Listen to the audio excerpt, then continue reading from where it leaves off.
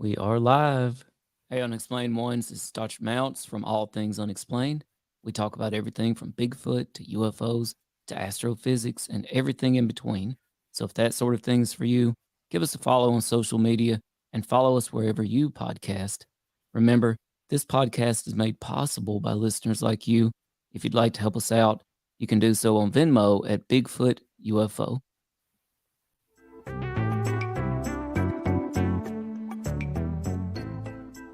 All Things Unexplained.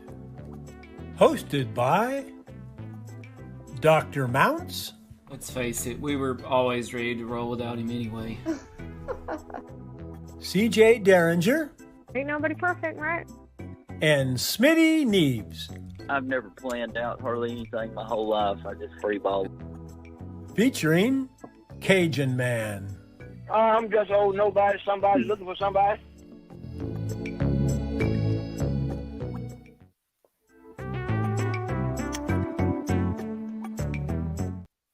You went double time there on me. Whoops. Hello, Had that thing on all repeat. you unexplained ones out there.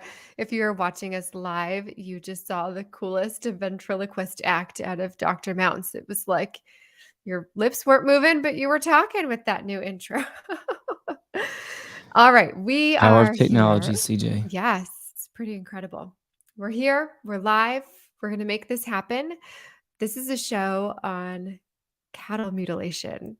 We had hoped to have a cattle mutilation expert with us, and who knows, he might still jump in and join us, and he's welcome to do that. We had Christopher O'Brien all set up to join us on our show. However, due to some technical difficulties, he's not with us at the moment, which means that I have to talk about mutilated cows, which is not exactly my forte. We can do this. Help me out. That's right. We did have an expert coming on, Chris O'Brien. He's not quite here yet, but you never know. He might jump in with us. Not sure what's going on. He was definitely scheduled and set to come on with us. Maybe you can tell our listeners a little bit more about Christopher O'Brien. Yeah. Yes. So he would have been the perfect person to have come on and talk to us about cattle mutilation, which of course plays into so many of the shows that we've done in the past with UFOs, Skinwalker Ranch, the people that we chatted with, they of course have had some cattle mutilations there too. And then this story that's coming out of Texas. So anyways, Christopher is an author, a researcher. He's the leading expert in this mysterious phenomenon of cattle mutilation for over 2 decades now. He's been investigating and documenting these cases, writing books about it, giving talks about it, studying the patterns, and trying to unravel the mystery behind what many consider to be one of the most puzzling and perplexing phenomena in the field of paranormal research. And it really is puzzling when you get down to the details of all of these mutilations. There's a lot of similarities. Things are done with surgical precision. They just don't seem like normal loss of life on a ranch or farm. So he's been on all kinds of things, different radio shows, Coast to Coast AM. He's been on History Channel's UFO Hunters and Discovery Channel's Unsolved Mysteries. So we do hope that he jumps on and joins us here tonight. And maybe he will. But if not, Yeah. you know what? We're fully prepared to talk a little bit more about cattle mutilations and some recent news on cattle mutilations. And CJ, apparently cattle mutilation reports date back to the 60s and were apparently kind of a widespread phenomenon in the 70s, which I find very interesting. Seems to coincide too with some UFO sightings. There were lots of UFO sightings, it seems, in the 70s. So not to say that they're related because I have no idea, but certainly that is a theory that people have posited.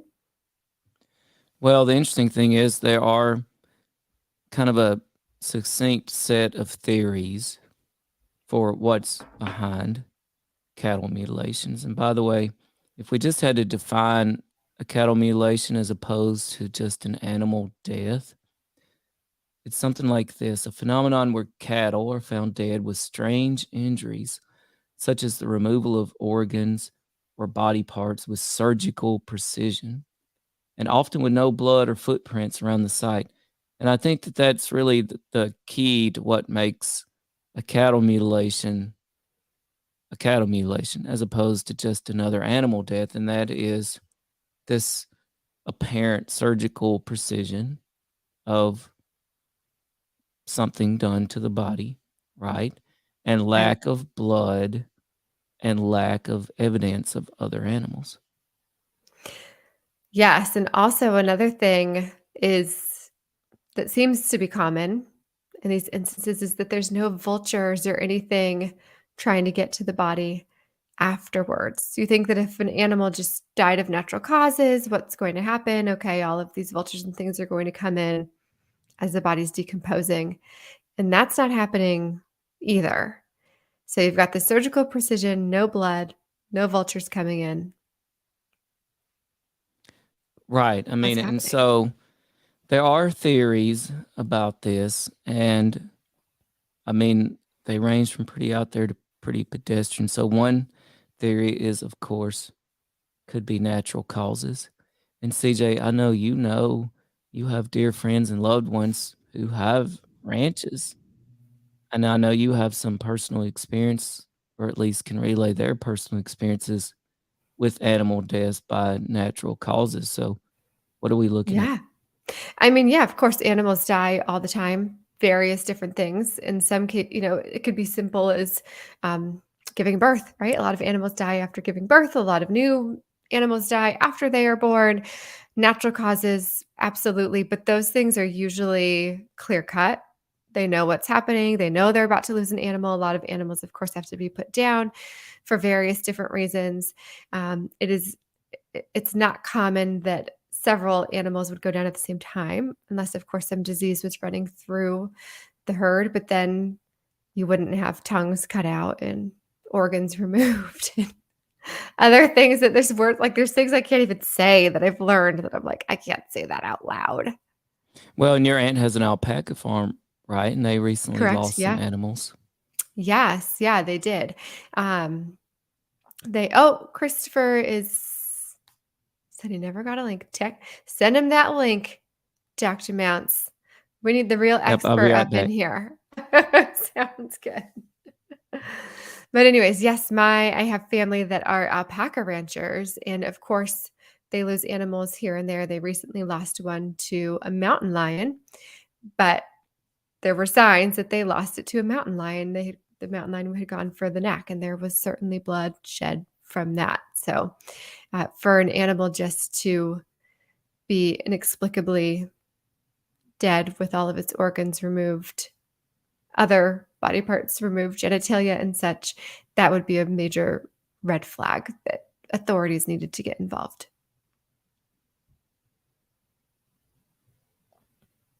So it looks like we've got Christopher O'Brien hopping in here shortly.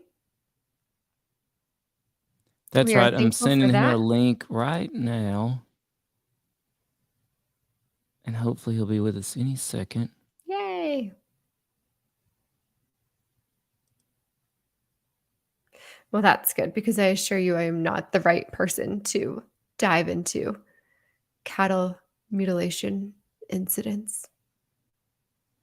And CJ, by any chance, did any of your family call authorities Oh, when no. they say found a No, dead no. alpaca?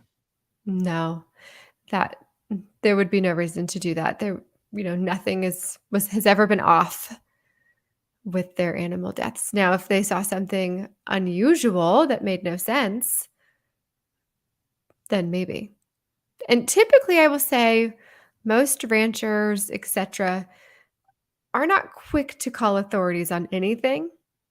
They all kind of carry their own firearms and protect their own property in various different ways. So to call authorities means something is definitely up.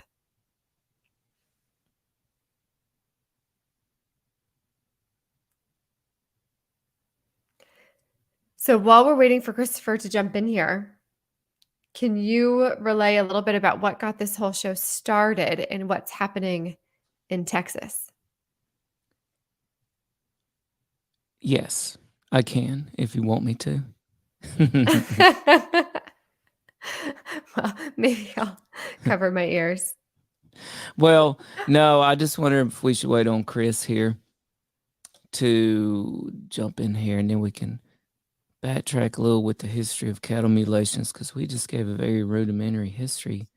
I feel like um, he told me he has used StreamYard before, and so his technical issues shouldn't be too bad. But we've definitely had some new cases in Texas and some cattle mutilation situations, and they are extremely interesting. So interesting. And if he doesn't get in here in the next few minutes, I think I'll go right into that. Yeah. I was just reading about one that took place in Oregon a couple of years ago.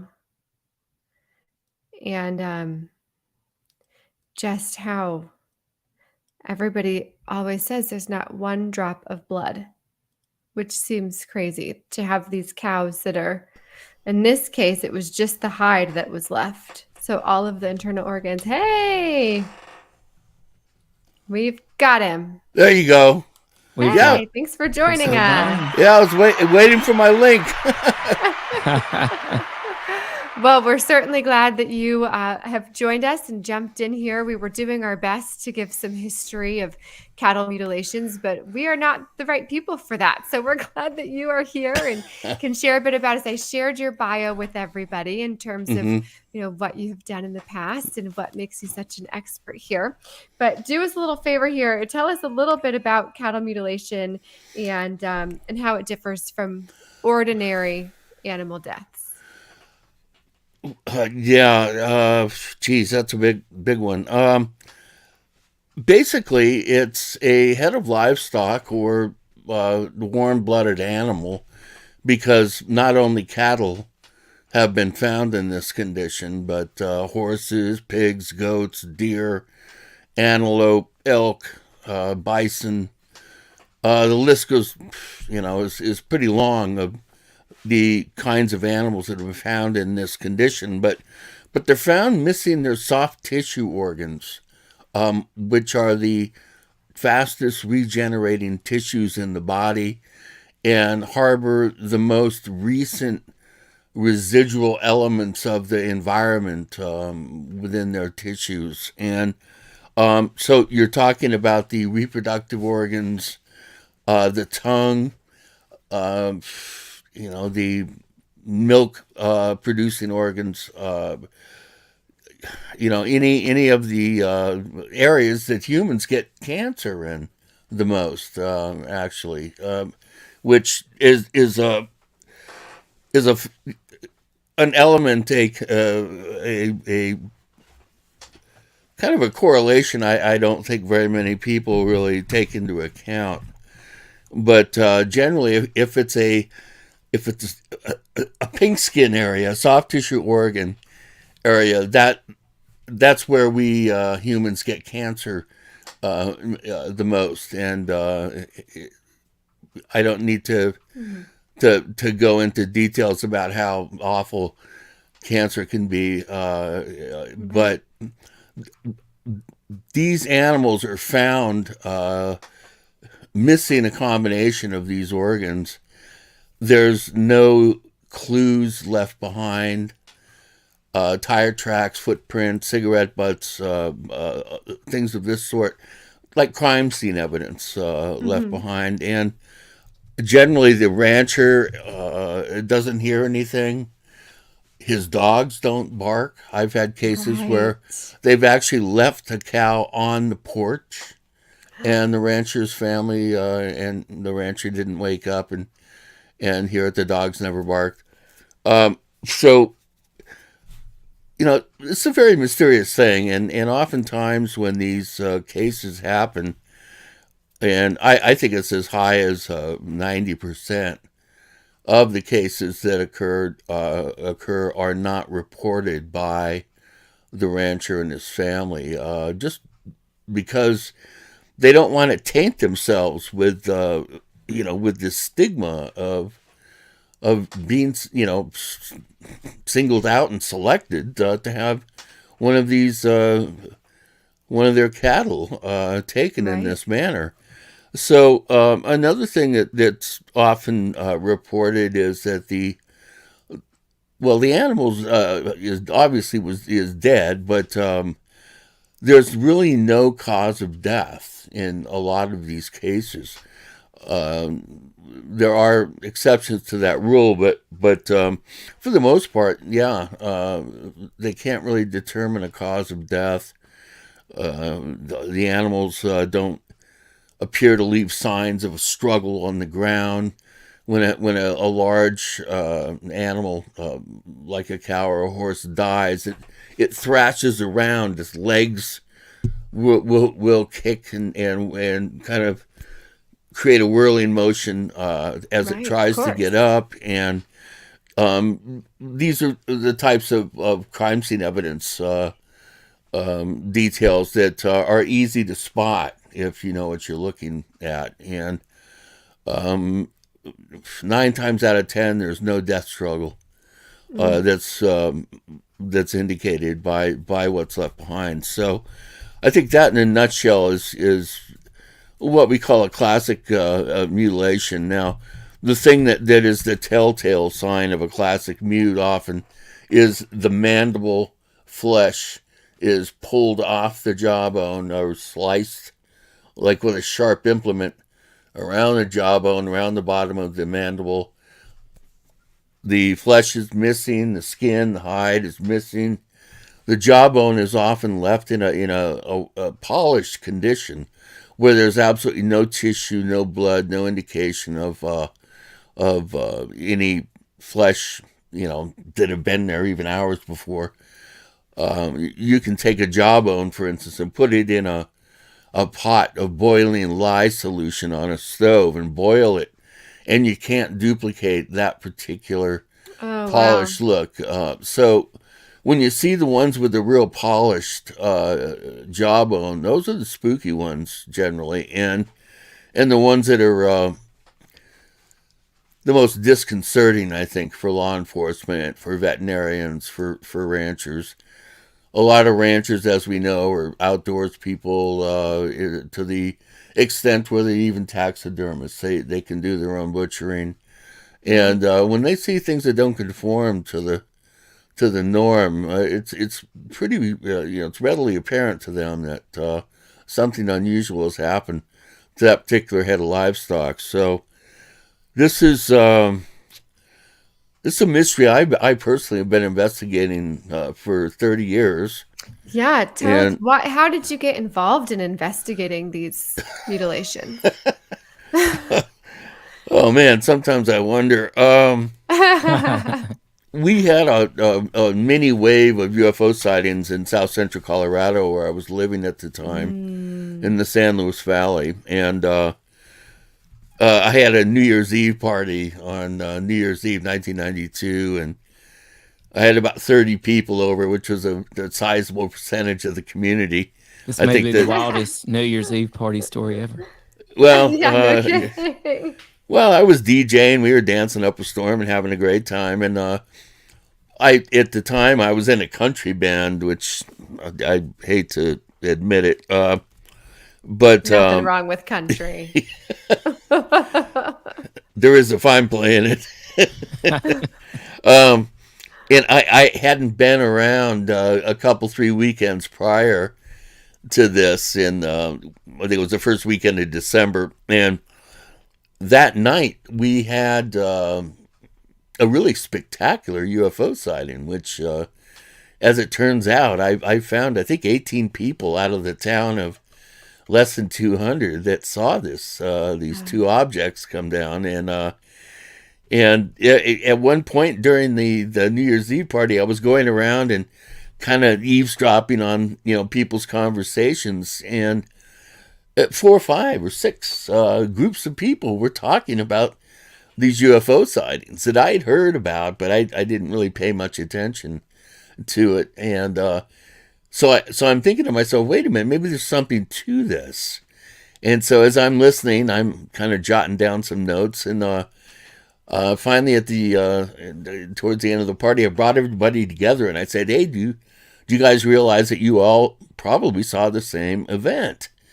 And somebody said, "Oh, that was the night there was a cattle mutilation in the county south of us," and I was off to the races. I mean, that was too good to be true, right? So Yeah. I started looking into it, and I called the rancher up, and he described, what had happened to his cow, so armed with my notes from my interviews, which I went in and actually did some fairly extensive interviews with a number of the witnesses who were willing to talk about the UFO sightings. And I went to my little local paper and said, "Hey, I think we have a pretty interesting, news story here."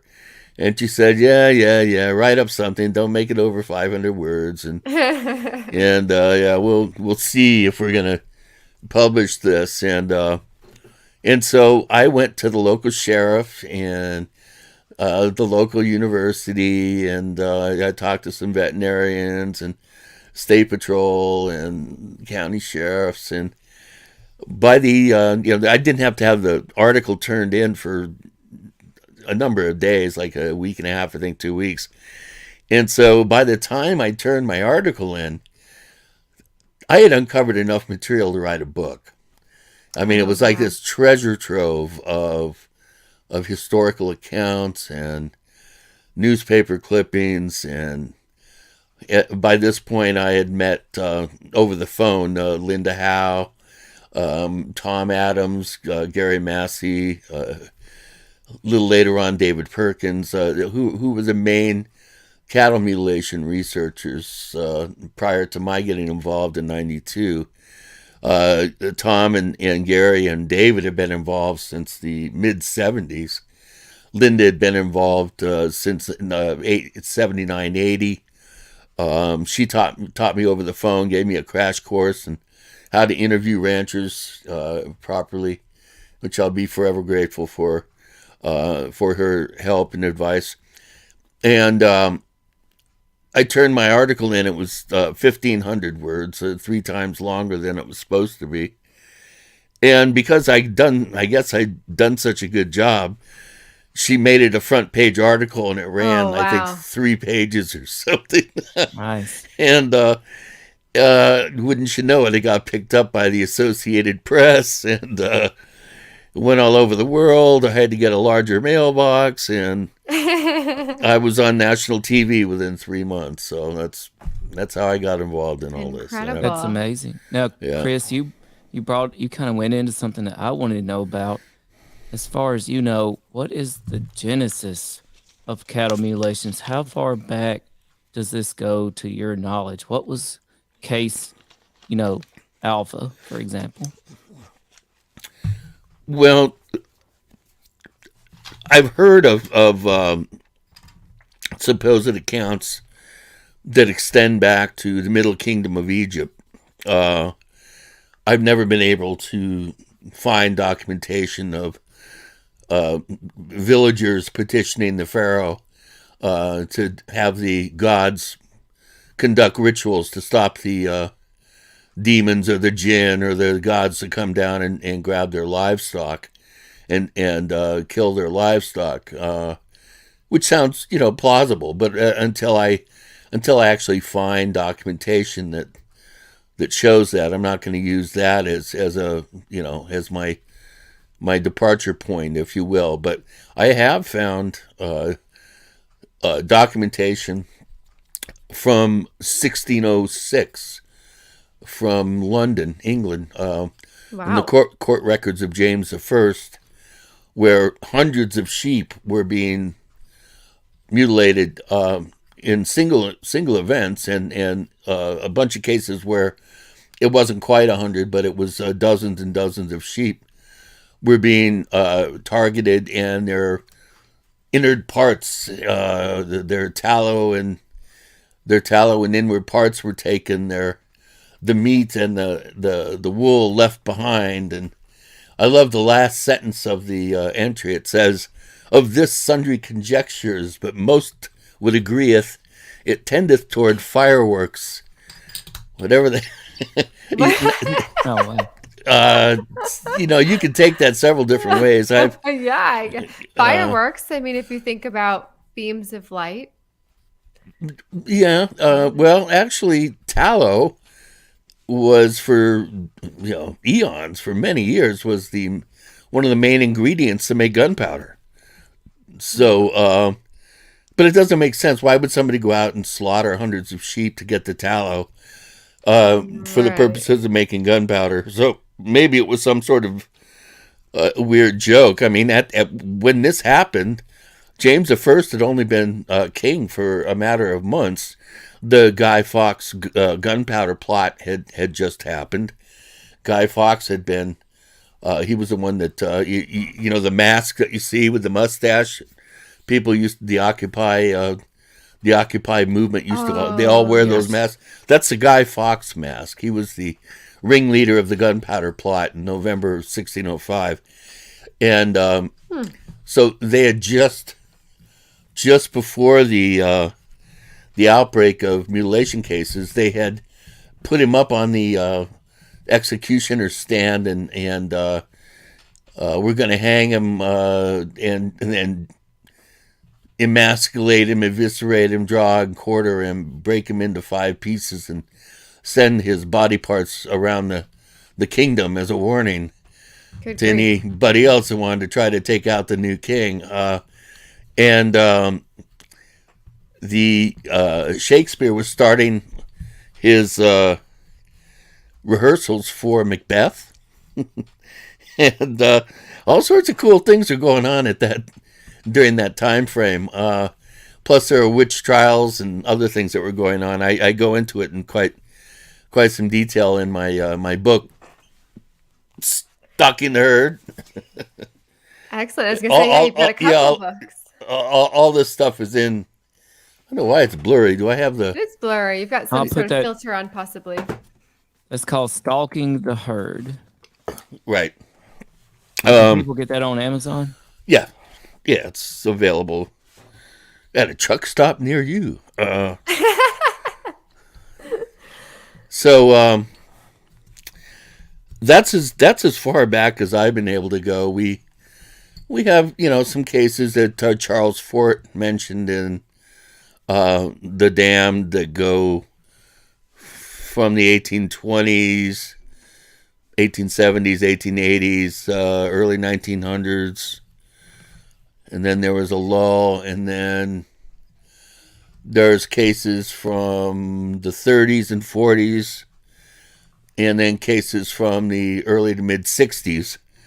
But the granddaddy case of them all that really is often cited as the first widely publicized or internationally known case was Snippy the horse, which happened to occur about 50 miles from where I was living in Colorado. What an ironic name, by the way. Yeah. Well, Snippy actually was the name of the sire. The horse's name was Lady, but you have a horse that's found all snipped up. What are you going to call it? So the press, the name, switched the names conveniently. But it's kind of how it happens sometimes. So one of the first people that I interviewed back when I was interviewing folks for my first article was the husband of the owner of the horse, who I videotaped almost a 2-hour interview. I got the only real videotaped interview with him, and just fascinating. The stories that he told about stuff that was going on in Colorado in the 60s. Just amazing amount of UFO events, and in this case, strangely slain horse. But since I got involved in 92, 93, I've been out on about 200 cases. Wow.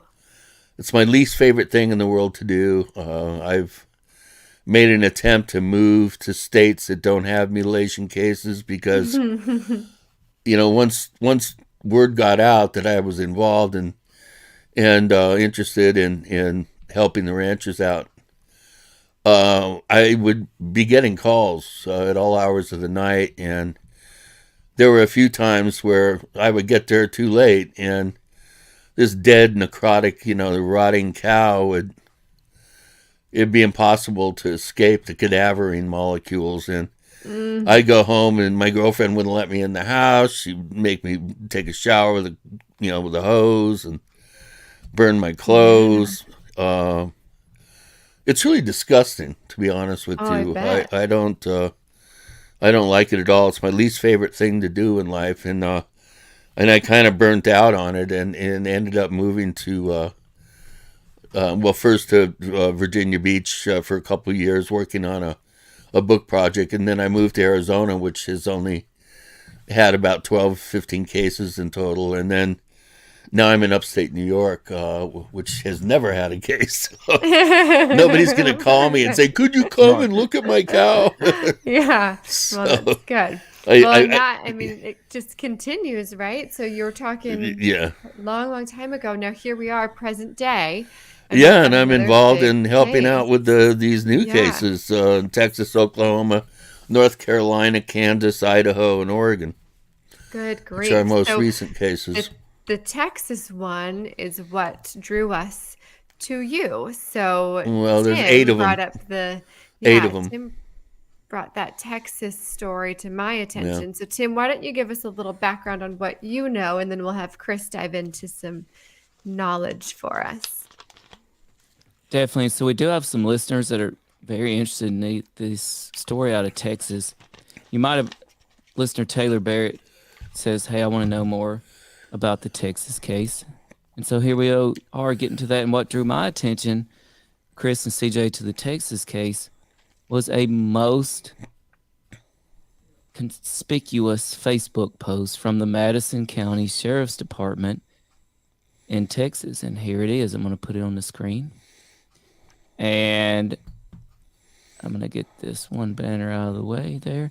Now, I've never seen a more foreboding Facebook post from a sheriff's office. Suspicious cattle deaths reported, and these are the most ominous looking cows that I have ever seen. Now, I know a lot of people have not actually heard about this case, so I want to read a little bit. This is straight from the Madison County Sheriff's Office. This is headline April 19th, so just a couple of weeks ago, 2023. Ranchers advised a 6-year-old Longhorn cross cow had been found lying on her side, deceased and mutilated on their ranch. A straight, clean cut with apparent precision had been made to remove the hide around the cow's mouth on one side, leaving the meat under the removed hide untouched. The tongue was also completely removed from the body with no blood spill. It was noted there were no signs of struggle, and the grass around the cow was undisturbed. So we've got some of these classic signs here. No footprints or tire tracks were noted in the area. Ranchers also reported that no predators or birds would scavenge the remains of the cow, leaving it to decay untouched for several weeks. So this is very interesting in their posts. They're getting into these kind of, paranormal type of descriptions here in their Facebook post. While looking into the Longhorn Cross's death, 5 other similar occurrences involving 4 adult cows and 1 yearling were reported along the area of OSR running into Brazos County. Each incident occurred in different locations, pastures, and herds, which I thought was interesting. The other cows were found in the same condition. All right. On 2 of the 5 cows, a circular cut was made, removing the anus and the external genitalia. This circular cut was made with the same precision as the cuts noted around the jaw lines of each cow. Just like the first, there were no signs of struggle or disturbance in the grass, no blood spill, no noticeable tracks, no predators or birds would scavenge the remains for several weeks. The cause of death of all 6 cows remains unknown. And Chris, this I found to be the most amazing part of this post from the Madison County Sheriff's Office. Multiple similar incidents have been reported across the United States, and we are actively coordinating with other agencies to find answers. And that blew my mind. It clearly implies a connection to some sort of theory that all of these cases nationwide have in common. Which particular theory we are left to speculate on.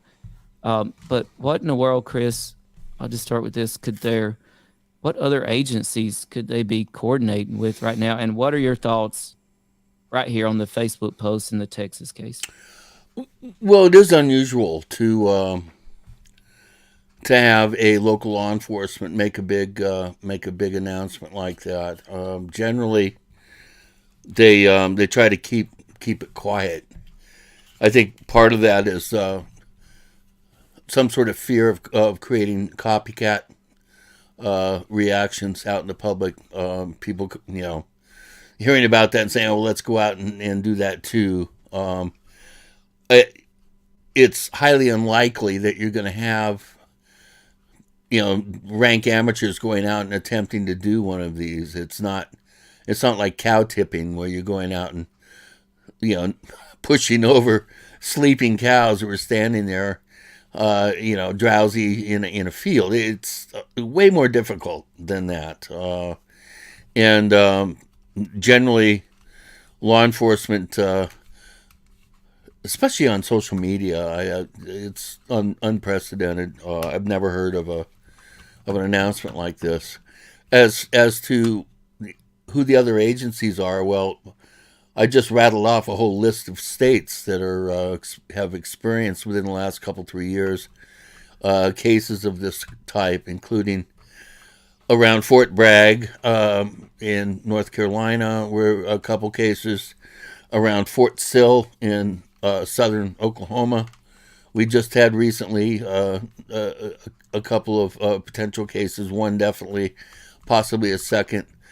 In Kansas, we've had cases. Idaho, we had 23 cases from 2019 through 2021 in Oregon.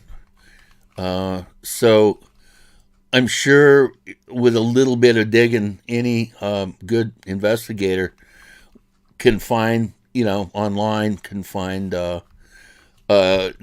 newspaper articles and notices of other cases, and then what the law enforcement officials do is they compare notes with each other and attempt to help each other out. In this case, it's a little difficult to come to any sort of consensus or. Well, Chris, just so you know, we asked the investigator in charge of this case to come on the show, and not surprisingly, our voicemail was full, and we have not received an email back Carly? from her yet. Carly. Yeah. That's right. At Carly Foster. Yeah. And we have a listener, Ron Regier, says, Chris is a good friend. I've known him for 25 years, knows his stuff. We can definitely tell that. But, Chris, you mentioned to me that you might have had a chance to speak to Carly. I did. She's pretty freaked out. I mean, as any person with any sort of, sympathetic nervous system, Right. It's kind of freaky, and to be put in charge of an investigation like this is, you're almost doomed to failure. We've never had a person charged or convicted of a cattle mutilation case, with two exceptions. Back in 1902, they did charge and convict somebody for horse slashing in England, and I think it was in the 40s. There was another case from back east here where a person was charged with, kind of a, how would I say, more of a intimate relationship with. Well, that happens in England, actually. For some reason, they tend to like their horses in ways that we don't. We can't particularly fathom. So that the horse molestation scenario is an offshoot of the mutilation phenomenon, but it is different. And generally you're not going to find that. Well, let's put it this way: in England, they've had quite a number of cases that could be chalked up to that, and also in France, and actually fairly recently too. But Goodness. So to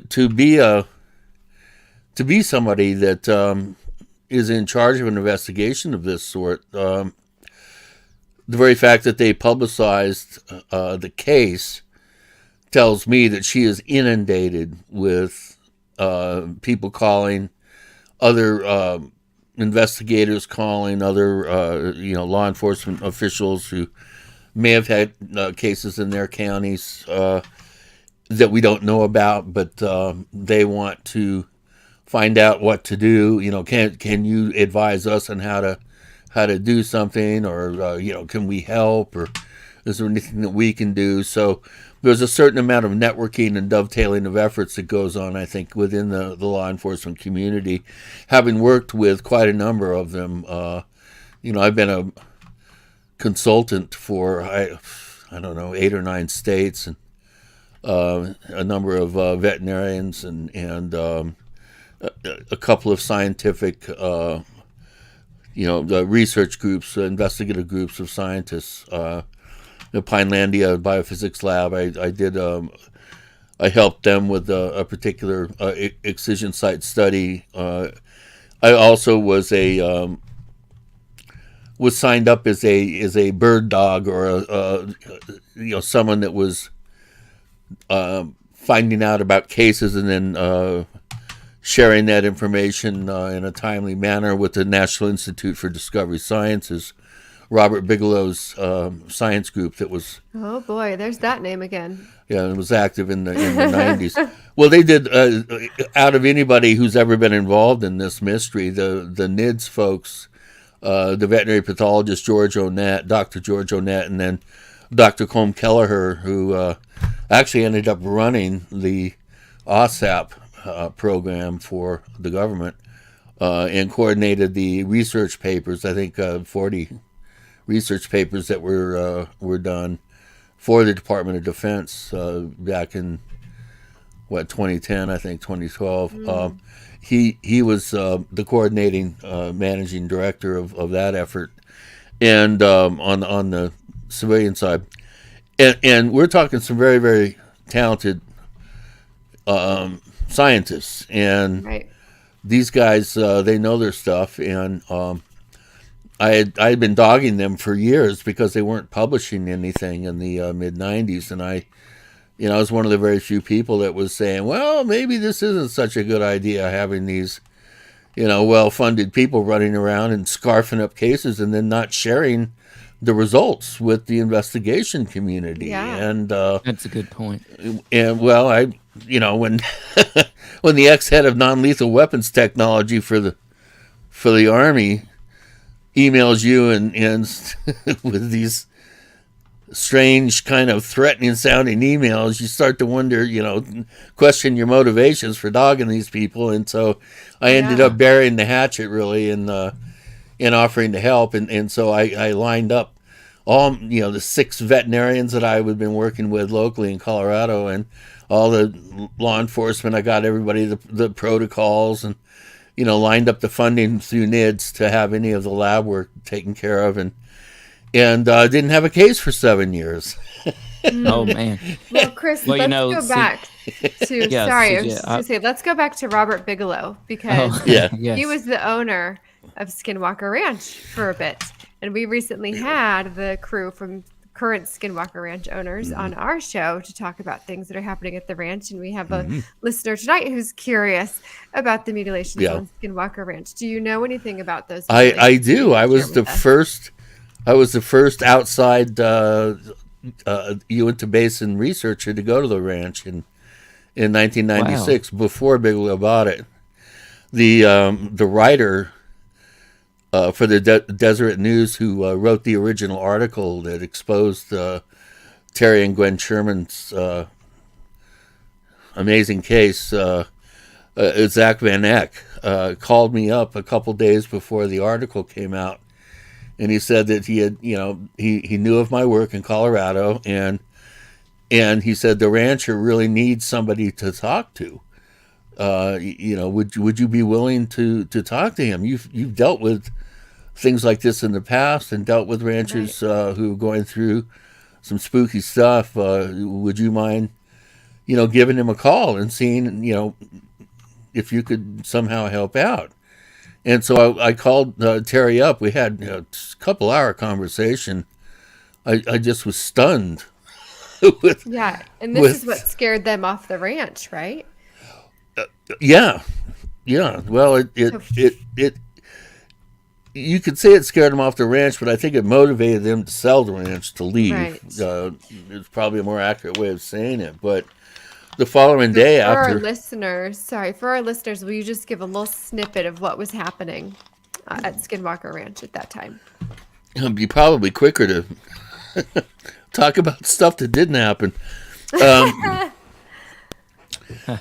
Well, the most dramatic things were, and I must preface this by saying when I went up there, when I first meet a rancher, if there's not a cow laying on the ground in front of me, if I'm just talking to the rancher, I sit down. I don't have any recording devices. I don't have any, I occasionally will jot down a note or two, but I will just shut up and let the person speak, and let them lead the conversation, because generally it's the first of many visits, and it's the first of many conversations I'll have with the rancher. And I think it's important at the very beginning of establishing a rapport that you allow them to steer the conversation. So I thought this was going to be the first of many conversations. If I had known that I would never get a chance to go back up there, except years later when I went up with some TV show, I would have recorded the entire conversation. I would have asked to see videos. I would have been much more proactive in terms of finding things out, and not realizing that would be the case, that this was, like a one-shot deal. I just used my normal routine and just let the rancher, at his own pace, in his own way, go ahead and reveal as much or as little as he wanted. And it was 105 degrees out, dry as a bone.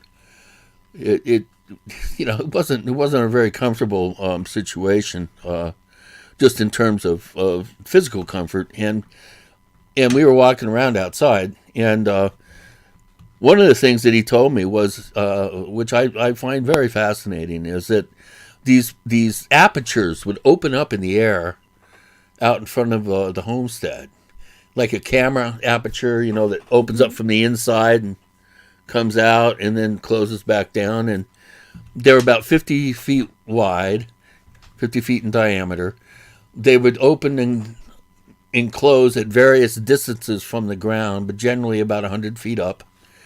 And these 40-foot triangles would float through, and then he could look through to the other side of the aperture, and it could be a different time of day, it could be different weather. My gosh. And then the aperture would close down, and the 40-foot craft would zip away and So we're fly talking around portals. Well, yeah, like a portal, yeah, if you want to call it that.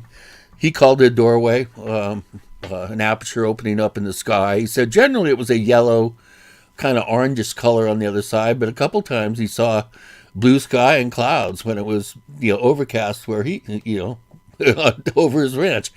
And I said, well, when was the last time this happened? And he goes, oh, it was just a couple weeks ago. And he said, this time it was different. And I said, well, what do you mean? He goes, well, you see those cottonwood trees over there? And there's like these 60, 70 foot tall cottonwood trees. He says a guy must have been a rookie driver, because instead of floating through like they normally do and then zip off, he came flying through that thing, didn't stop in time, and he shaved off the tops of my cottonwood trees, which were over there lying on the ground, slowly turning brown. Wow. And, having done quite a bit of logging and operating chainsaws and hauling dead and live trees out of the forest. I kind of know what I'm looking at. And sure enough, the tops of those trees had been broken off. They had not been cut, and they had been broken off by some sort of blunt force. So, and then he showed me these 14-inch circular pod marks on the ground that were punched 9 inches into hardpan. And he said that he had they were arrayed in about a 40-foot triangle, and the 3 points for each of the landing marks, and there were quite a number of them out in his pasture.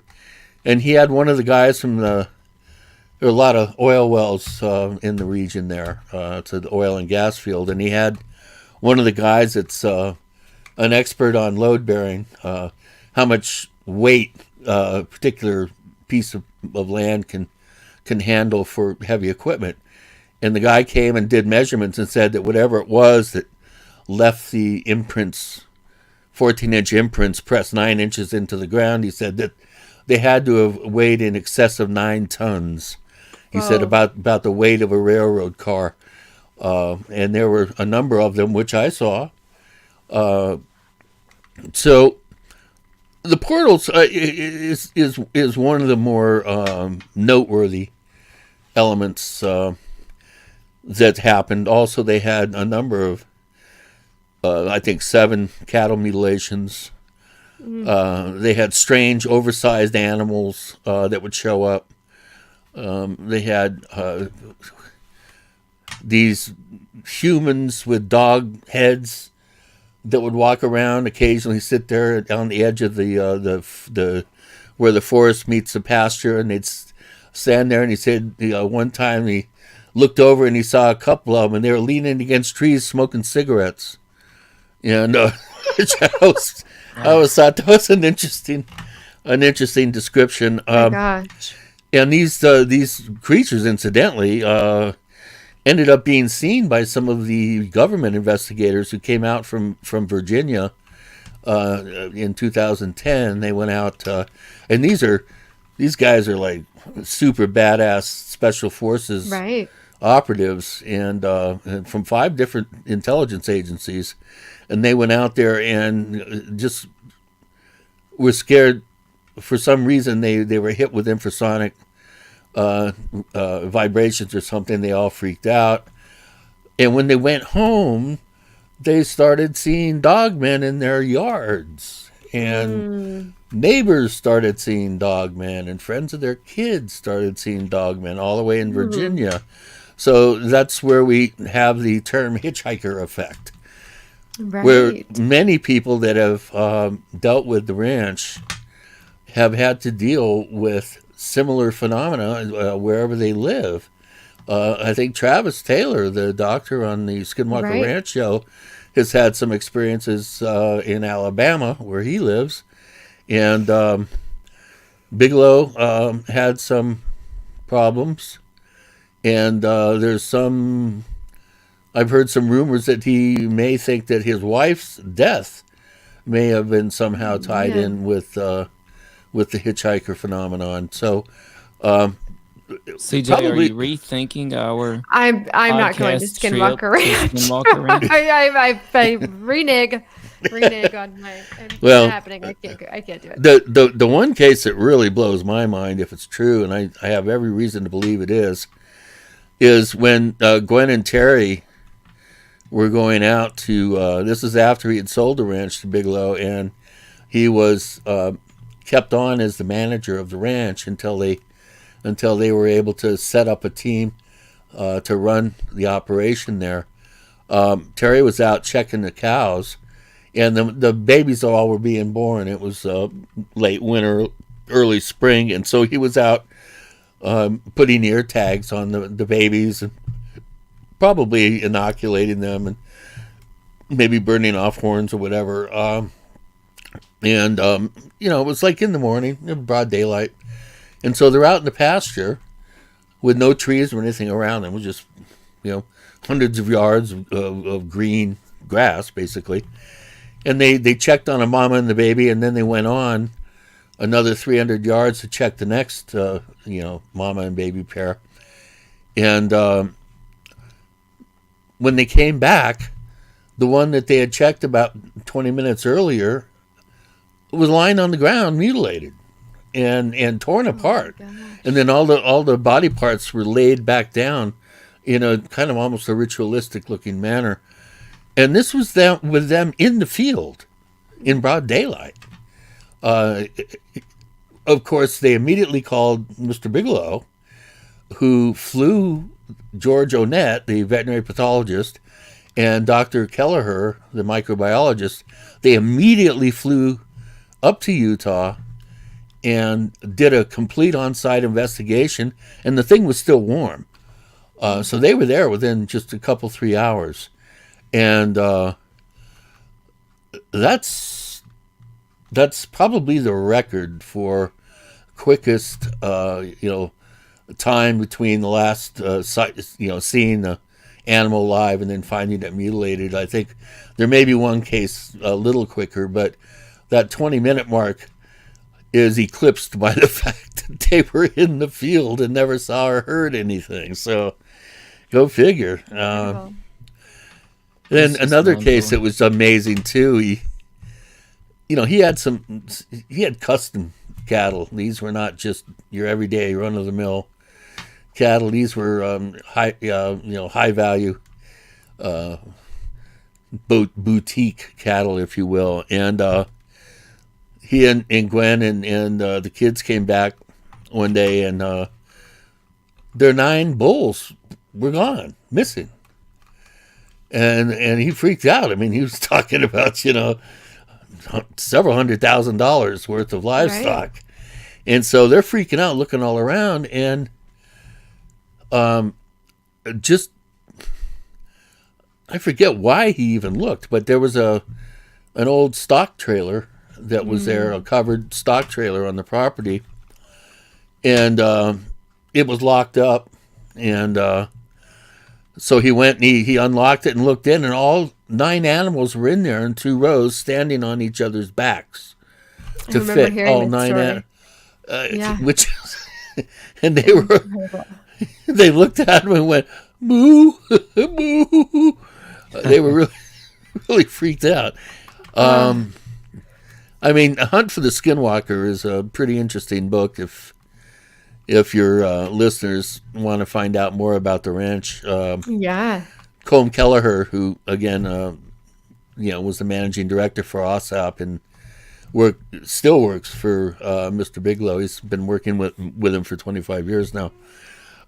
Kelleher and George Knapp, the Las Vegas TV reporter, award-winning TV reporter, they wrote the book Hunt for the Skinwalker, which I highly recommend. And then Skinwalkers at the Pentagon was also co-written with James Lukatsky, who was the head of the Defense Intelligence Agency, and was one of the managing directors for the ATIP and OSAP programs. And when Lukatsky went out to the ranch and spent some time there, he was sitting there in the kitchen, and Bigelow was here, and Kelleher was here in front of him at the other side of the table. And in the living room on the other behind these guys, this weird thing appeared in the air. It looked kind of like a tubular bell, and it was hovering in the air, this yellow thing, and they were facing him, so they couldn't see it. But he's looking at this thing, and he realized, oh my God, there's definitely something weird going on here. And so he went home, and his son saw one of the dogmen in the back, and then his wife had these weird events happen in the house, and then neighbors started seeing weird stuff. And so Lukatsky became very, very convinced that there was something to this. Hence the study, I think the $22 million, a sizable percentage of that money was spent at the ranch trying to figure out what was going on up there. And that's when Bigelow kind of folded NIDS and allowed the Army or the intelligence agencies to take over up there. Of course, everything's changed now, but it's one of those cases that keeps on giving. If it's not real, then it's a very effective it's a very effective example of some sort of societal psyop that's being Right. perpetrated on the Mind framing of some population. sort. Yeah. You've heard of 6 degrees of separation from Kevin Bacon, right? I feel like we have 6 degrees of separation from Skinwalker Ranch. Yeah. Literally Two. everything we've talked about Yeah, it for always months ends now up back there. that's connected back to Right. Skinwalker Yeah. Ranch. Yeah. So, Chris, you have talked to investigators. You have worked with other researchers. You've been to several cattle mutilations. You have worked with Several lead hundred. investigators. Yeah. And so nobody's ever been charged with the crime, or at least Yep. very few. What's happening? What do you think? is causing this? Again, I think people say, well, why don't they get their own damn cows? If it's the government, why don't they? And they do. The government buys cattle, raises cattle. They have their own land. They a lot of livestock, I think, meets their demise at the at the hands of government investigators, whether it be the National Institutes of Health, Atomic Regulatory Agency, Department of Energy. Who knows the extent of experimentation that goes on with farm animals within the bowels of the government. But it's obvious to me and to longtime investigators who aren't wedded to a particular theory, the open-minded investigators realize that we're not dealing so much with the cows that are being taken. That's not necessarily the issue. The issue is where they're located in the environment. And that's a big clue, I think. I think we're dealing with some form of environmental monitoring. And it could be everything from the effects of above-ground radiation from 100 above-ground nuclear tests that we did in the Nevada test site, which spread radiation all across the Rockies into the Midwest. If you look at a map of residual radiation in the environment from those tests, and then you overlay that with a map of mutilation regions where lots of cases happen, it's a perfect match. And that's possibly why we see very few cases west of the Rockies, because the prevailing southwesterly winds take the radiation and blow it to the east. And I said to my friend David Perkins, who I consider to be the most knowledgeable person in this mystery, but when Fukushima happened in 2011, I said, we just got nailed with a big radiation cloud that came across the Pacific and dumped radiation on Northern California and Central and Southern Oregon and in parts of California. I said, if your radiation monitoring theory is correct, David was the one that first realized the potential connection. I said, if your theory is correct, then we should start seeing mutilation cases on the West Coast. And sure enough, Right? we Oregon. did. We had 23 cases in Oregon, right where I told him that I thought it was going to happen. So I don't know. Go figure. So who is monitoring the radiation? Well, that's a good question. Mutilations. I don't know. There also was other potential, environmental factors that could be at play. The most noteworthy, and the one that I personally feel is way up on the list, probably at the top of the list, is the fear of mad cow disease breaking out into our food chain, breaking out and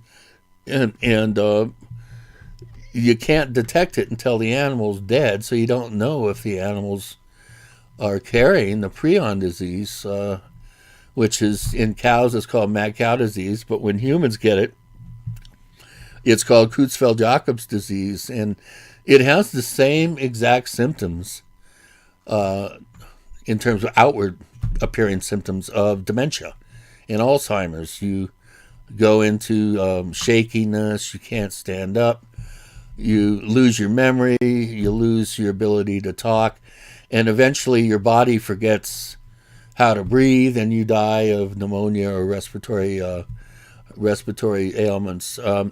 because what happens is the prions, which are these proteins within nerve tissue, once they're turned on with the mad cow disease or Creutzfeldt-Jakob disease, or in deer and elk it's called chronic wasting disease, in sheep it's called scrapie.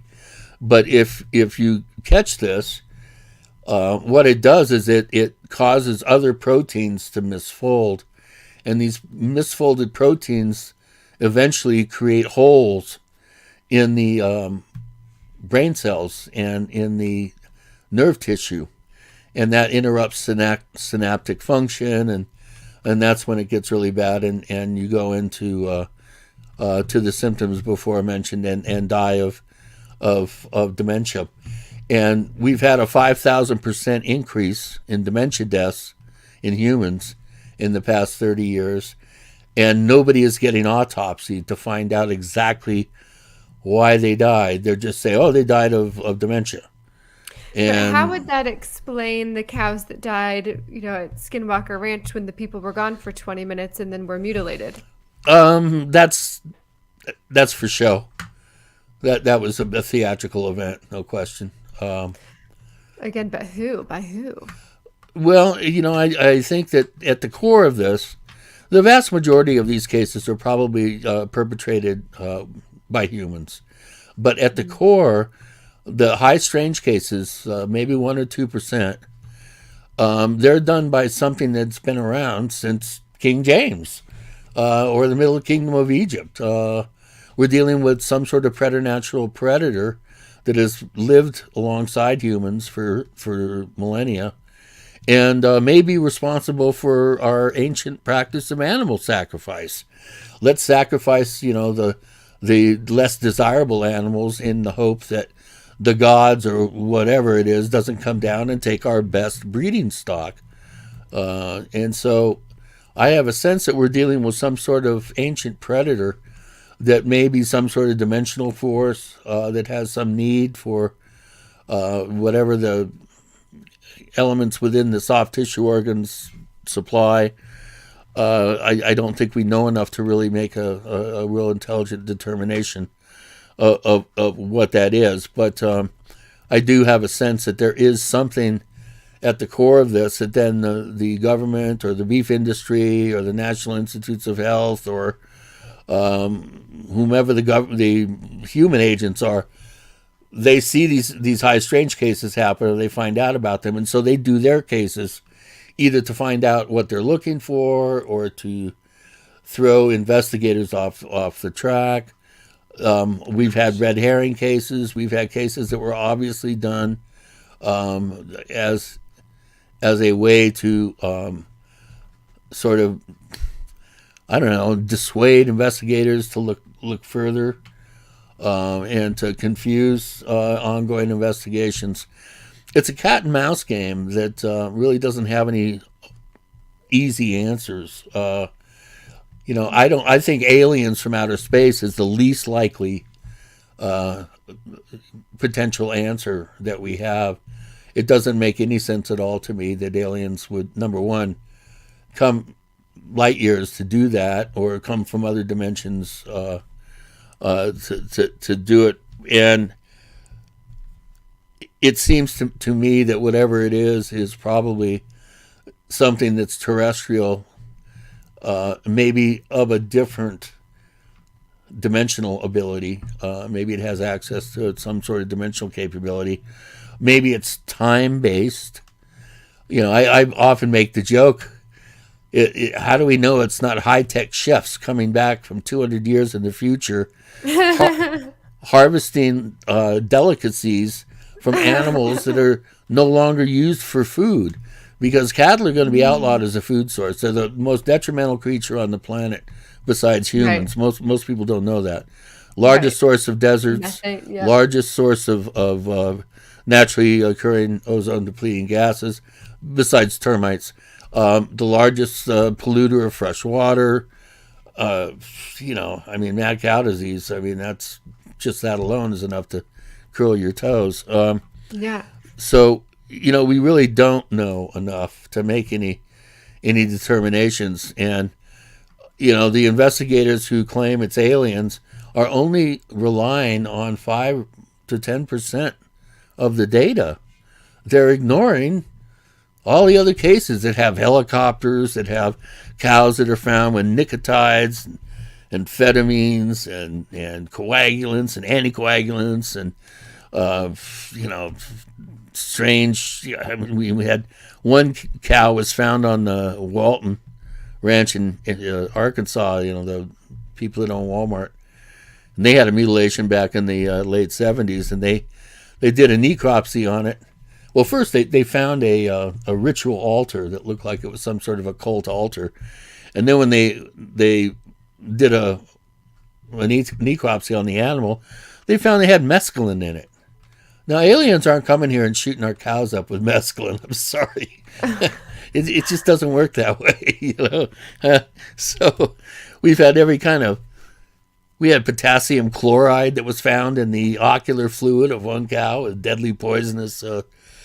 It's just... So they are doing autopsies on these cows for the most part. Not many, but the ones that are being done, there's been a number of them that have been found with weird things inside their blood. And why that is, nobody can really figure it out. The alien theorists, they don't want to admit all these extraneous facts that don't fit their particular scenario of aliens coming from a dying race to gather genetic material to hybridize their race to save them from themselves, or whatever the supposed story is.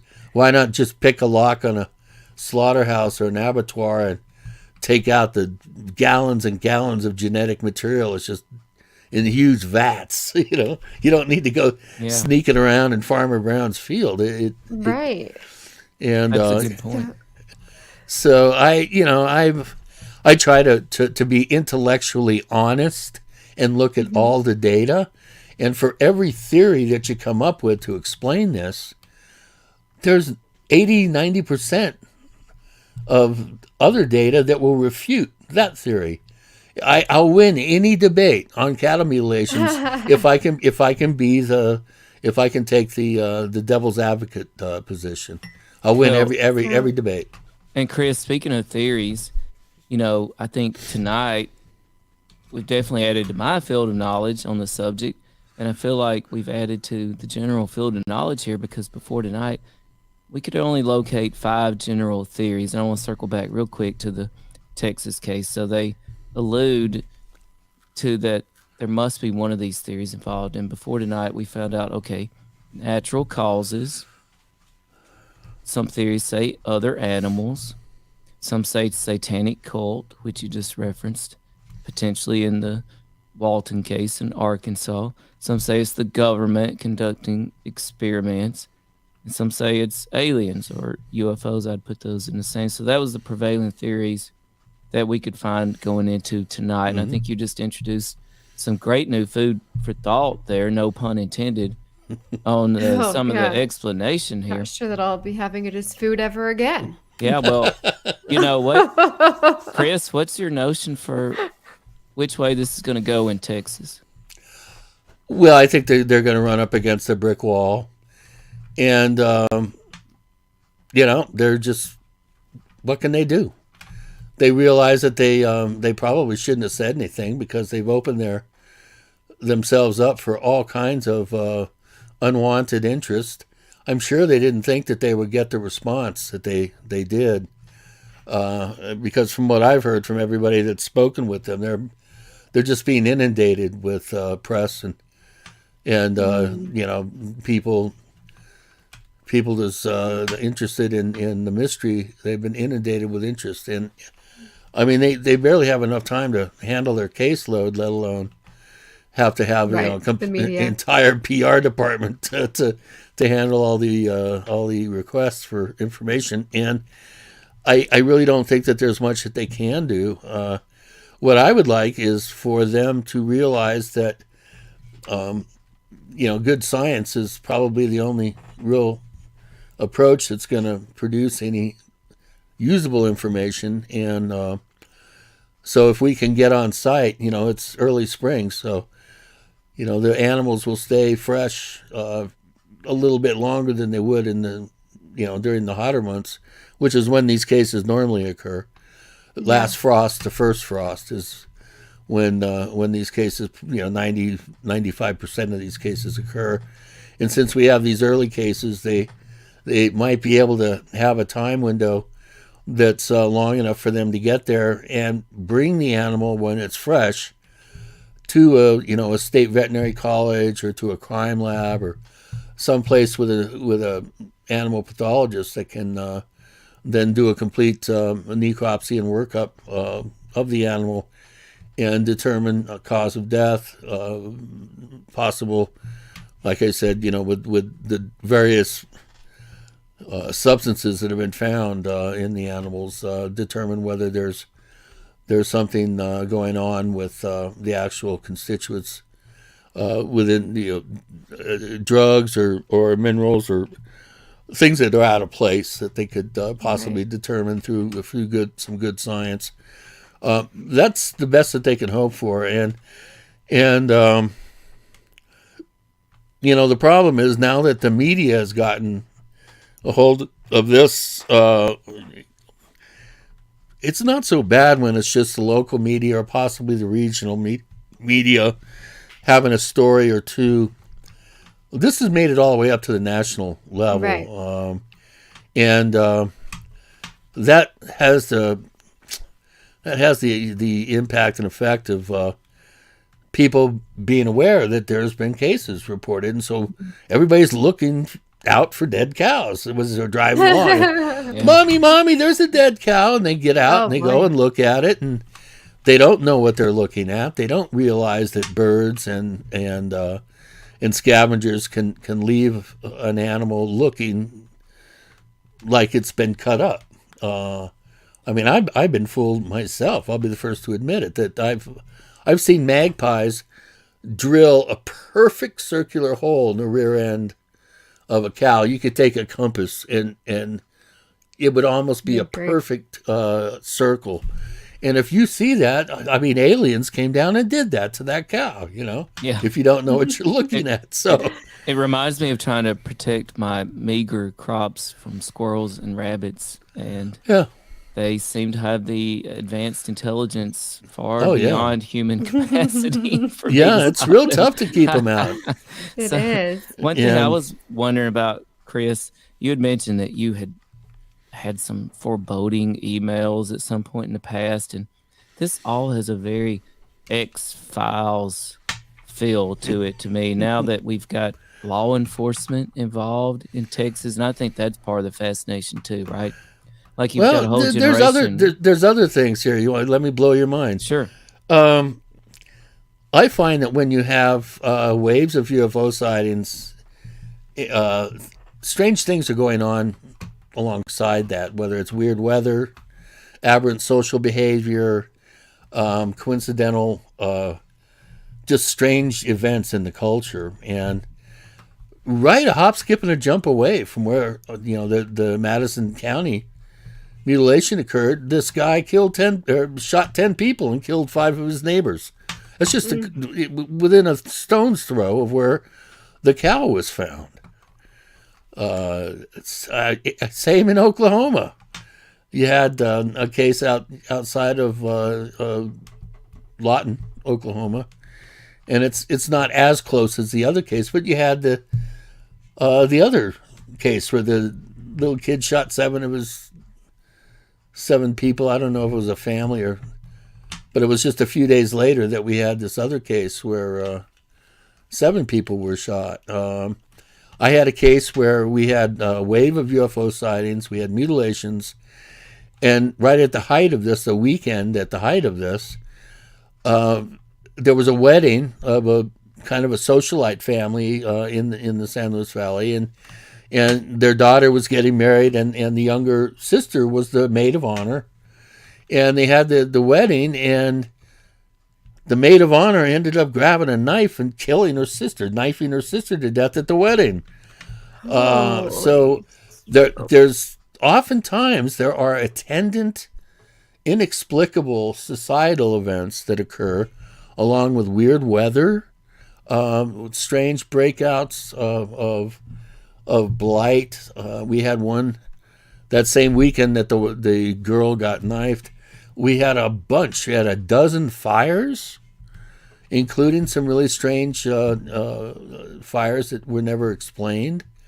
So I think that that's important to note, that there seems to be some sort of correlation between some of these strange, aberrant events in conjunction with the appearance of these cattle cases. Yeah. So It What do you reminds me think of the two link things. is? Wait, I want That's to a know. I great want to know question. what do you think the link is? And I which have no usually comes idea. first? It's like something in the air, But Yeah. you know what? some weird vibe. That's what Eric Bard, the lead Yep. investigator at Skinwalker Ranch, he told us, Chris, he would love to find a common thread to all these anomalous Right. events that are happening there. Yeah. And what you just told us reminds me so much of the description of the biblical plagues Yeah. as well. Yeah. Just Yeah, one exactly. thing after another. Yeah.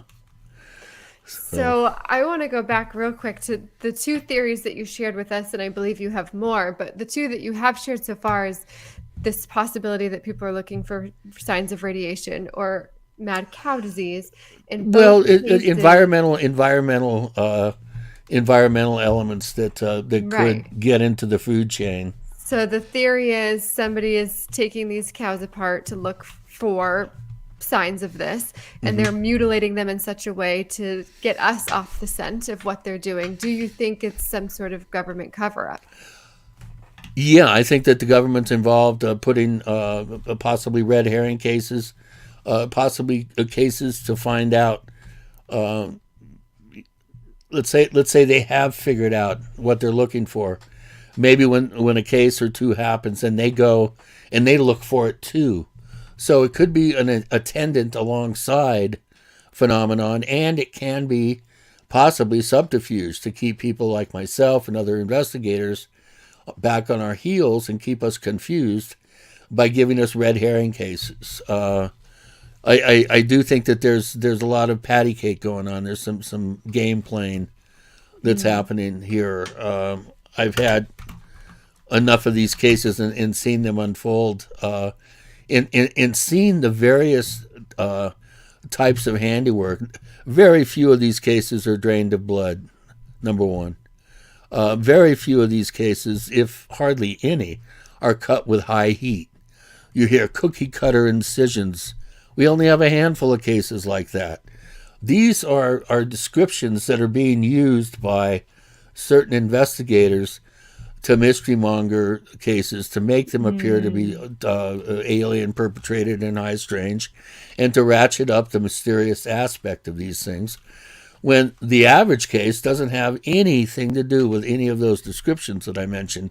I've had ranchers tell me, look, they drained this thing of blood. And I said, come on, roll up your sleeves, and give me a hand, and we'll take the thing and we'll flip it over. And any of the orifice on the cuts on the upper side become faucets where all the fluids come rushing out. Because when an animal dies, gravity pulls all the blood to the bottom of the body cavity, and you can't see it. It's only when you cut into the meat and find gray colored meat, or maybe slightly pinkish, that you can determine that the animal's been drained of fluids and the constituents that go into blood, the hemoglobin and the red blood cells and the serum and what have you. I have had cases that were drained of blood, but out of 200, it's only a handful. Okay. So many of these cases are dropped from a considerable height. I've had, in fact, I was just told by I'm sorry, the animal has been dropped. Yeah. These animals are being picked up, taken somewhere, experimented on, and then brought back and dropped in a different part of the pasture. That's why you never find clues, is because they don't drop them where they pick them up from. And what they do is they drop them elsewhere. So wherever they drop them, you can't find any any sort of clues or crime scene evidence because they're in the wrong place. And that, you know what? That's what I wonder too. They said the Madison County Sheriffs gave us so much information and so many details. What did they not tell us? Yeah, well, I can't. I don't know how proficient these guys are in doing this type of investigative work. It is a little specialized. Well, it makes me think of what you just said, Chris, about, and this is mind blowing, by the way, that some of these animals show signs of being dropped from very high heights. Oh yeah. Broken bones and that sort of thing. Again, a dog would be scared by that, would be roused by that, I would think. Not necessarily. A cow dropping from up in the sky, that's going to make a noise when it hits. I mean, these ranch dogs can. They generally don't drop them back near the ranch house. Oh, okay. So, I mean, I have had cases where, the animal was supposed to be 2 miles away, 5 fence lines away, and was dropped on the porch.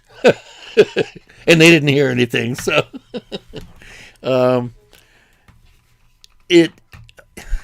you find animals that we cut into one, and I had the vet come, came out and did a cursory necropsy, and he found that all the ribs had been broken off right next to the spine, as if the animal had been dropped from a considerable height. I've had animals with twisted necks, broken horns. In fact, one of the cases in Oklahoma, both the horns were snapped off. And you can only do that if you drop the animal from, anywhere from 10, 15 feet or above. So, okay, we're taking aliens off the table for a moment. We're now thinking that somebody in the government is picking these cows up somehow. Or it could be the beef industry.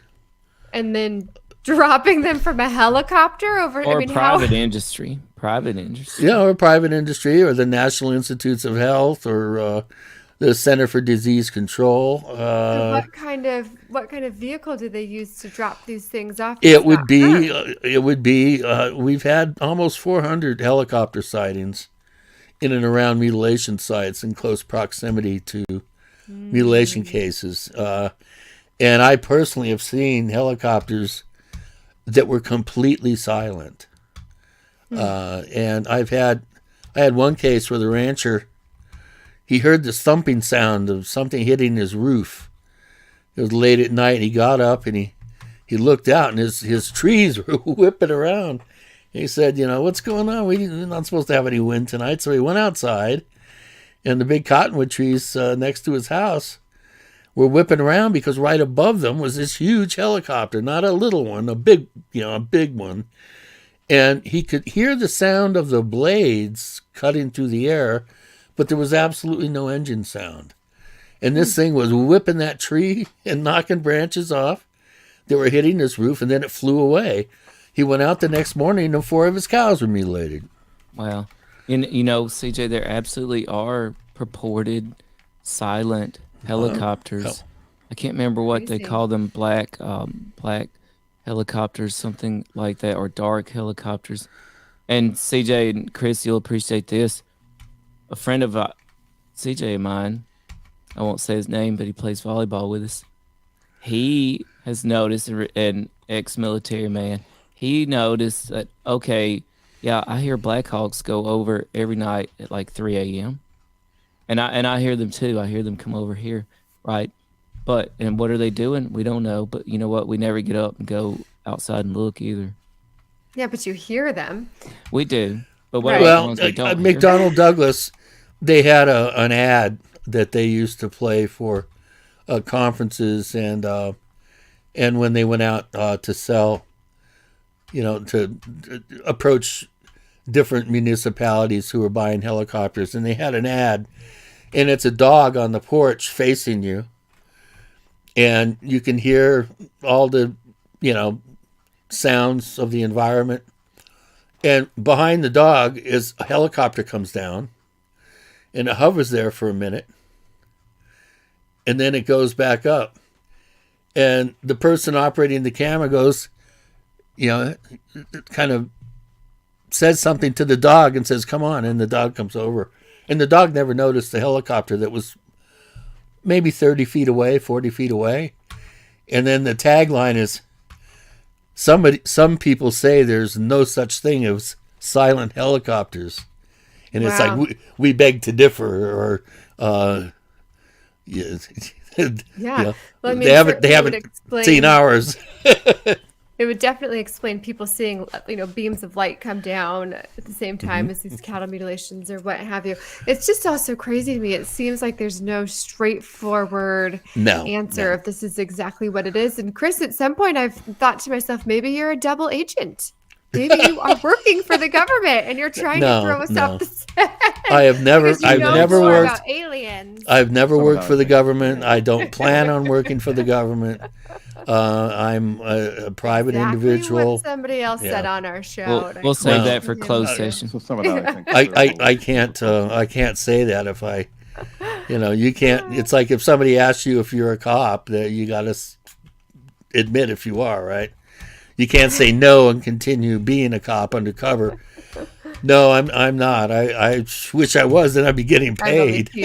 I'm only teasing you. So, CJ, this is very interesting. Headline, May 12th, 2022. This is on cuttingdynamics.com. The mystery of the stealth Black Hawk helicopter. So we're all aware of the Black Hawks used for disaster assistance, rescue missions, military operations, and more.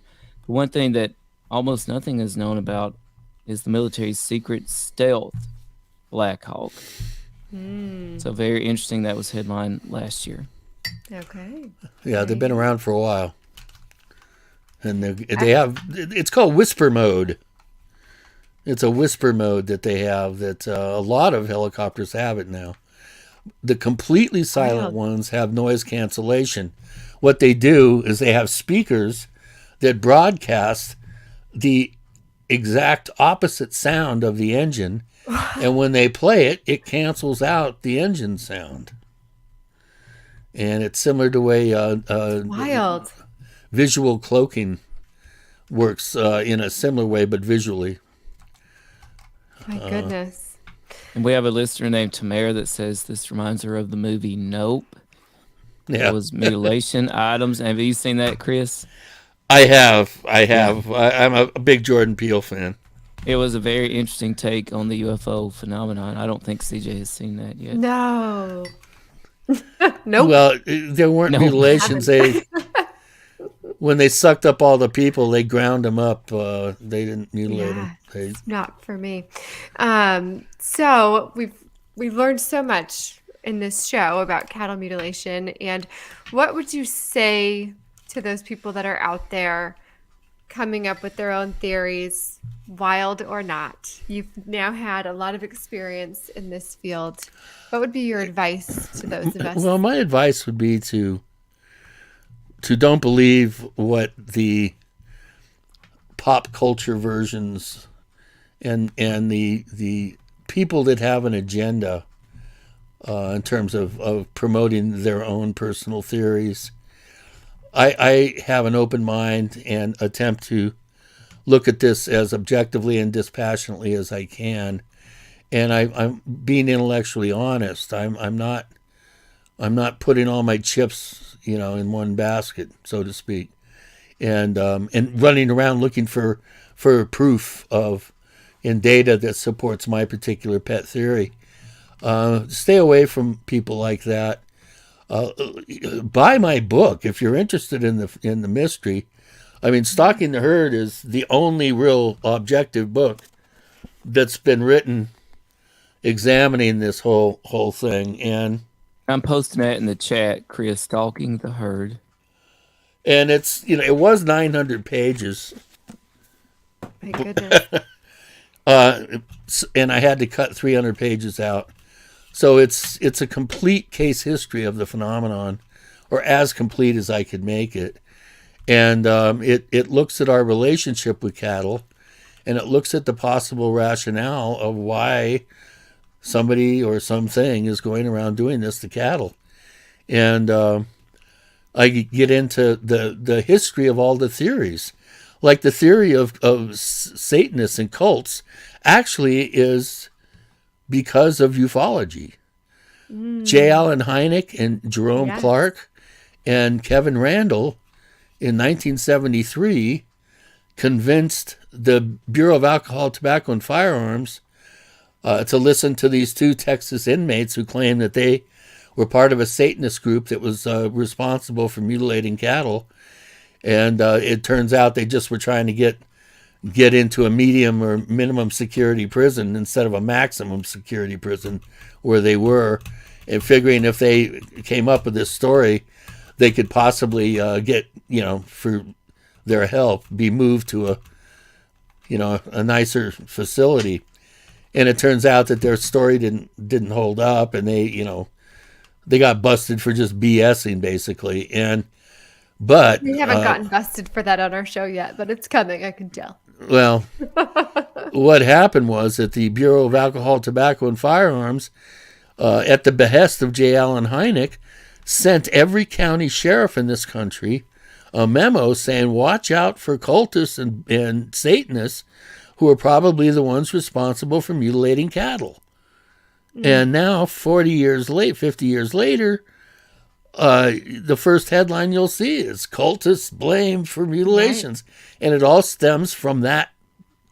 There was no talk of Satanists or devil worshippers and cattle mutilations through the early 70s.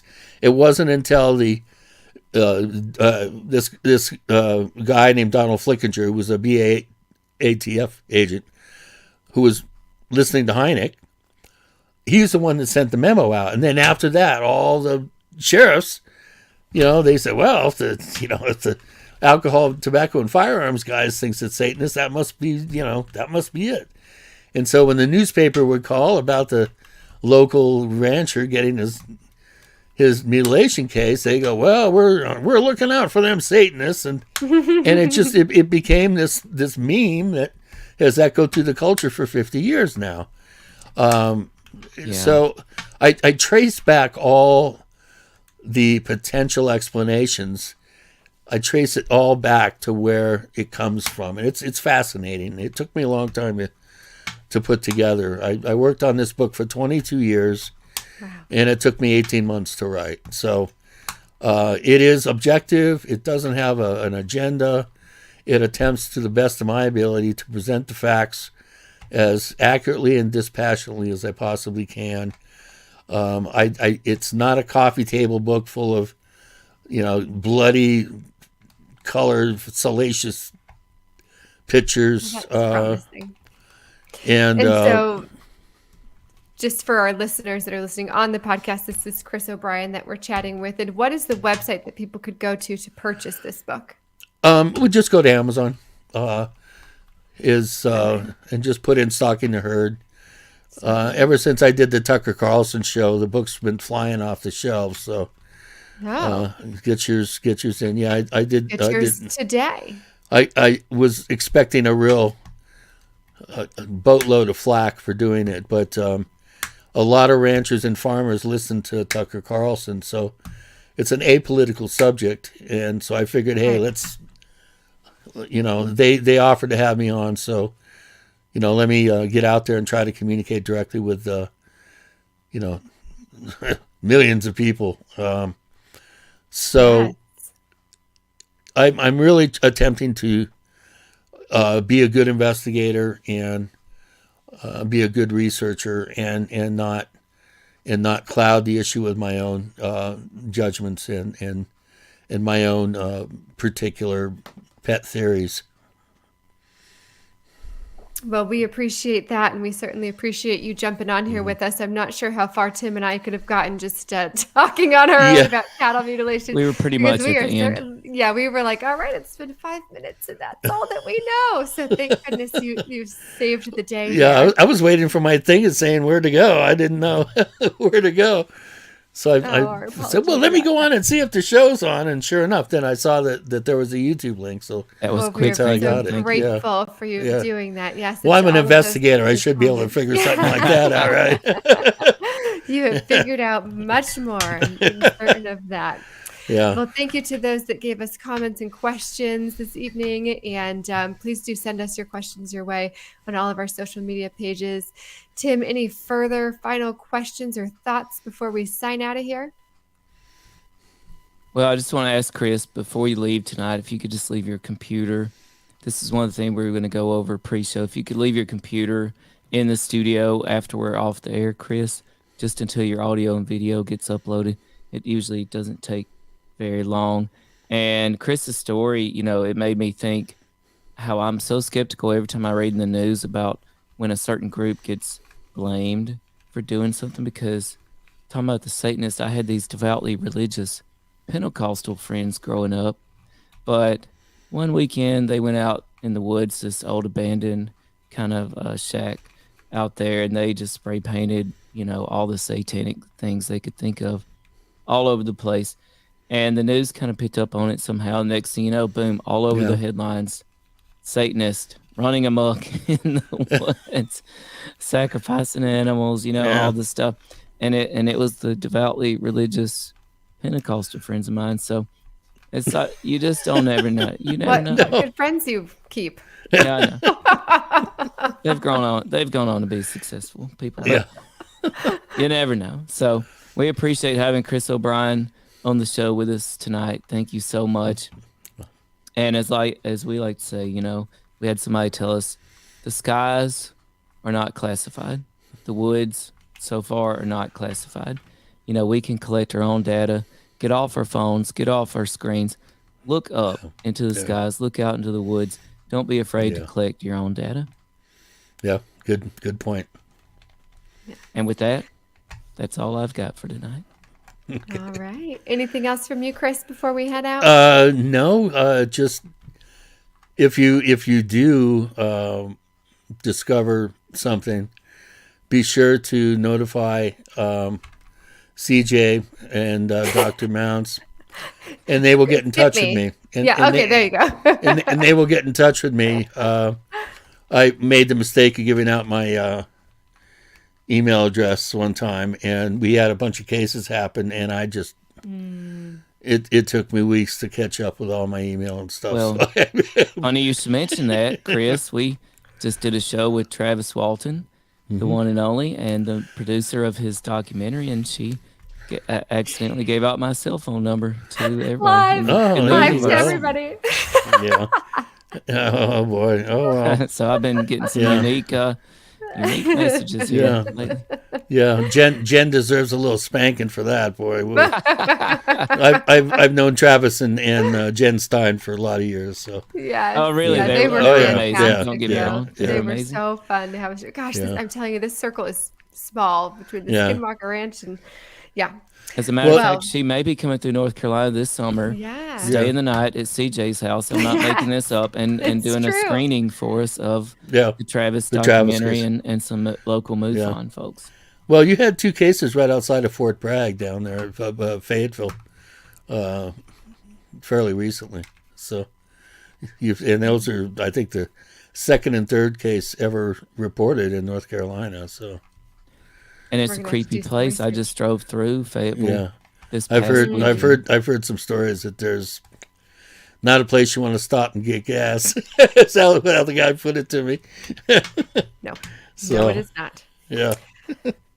All right. Well, again, thank you so much. This has been super enlightening, and we appreciate you answering all of our questions and sharing your knowledge. And for everybody tuning in, stay happy, stay strange, and keep listening to All Things Unexplained.